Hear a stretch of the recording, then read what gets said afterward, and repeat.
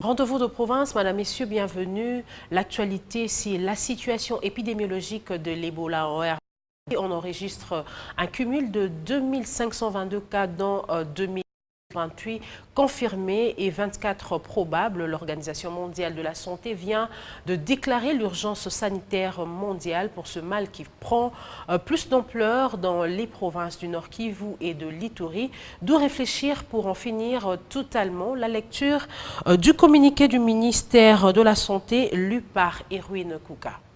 Suite aux recommandations du comité d'experts internationaux, l'OMS a déclaré ce mercredi 17 juillet 2019 que l'épidémie de la maladie à virus Ebola en RDC était une urgence sanitaire de portée internationale.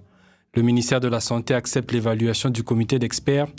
Il espère que cette décision n'est pas le résultat des nombreuses pressions de différents groupes de parties prenantes qui voulaient utiliser cette déclaration comme une opportunité pour lever des fonds pour les acteurs humanitaires malgré les conséquences potentiellement néfastes et imprévues pour les communautés affectées qui dépendent grandement du commerce transfrontalier pour leur survie.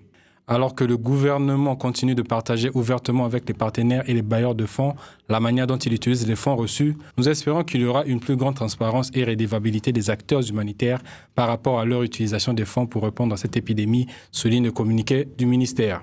L'épidémie d'Ebola est avant tout une crise de santé publique qui nécessite une réponse par des acteurs ayant une réelle expertise technique. Toutefois, la principale difficulté est que cette épidémie intervient dans un environnement caractérisé par des problèmes de développement et de carence du système de santé. Par ailleurs, le ministère regrette qu'après avoir passé près d'un an dans cette épidémie, certains groupes de personnes dans la communauté continuent à adopter un comportement irresponsable qui cause la propagation géographique du virus.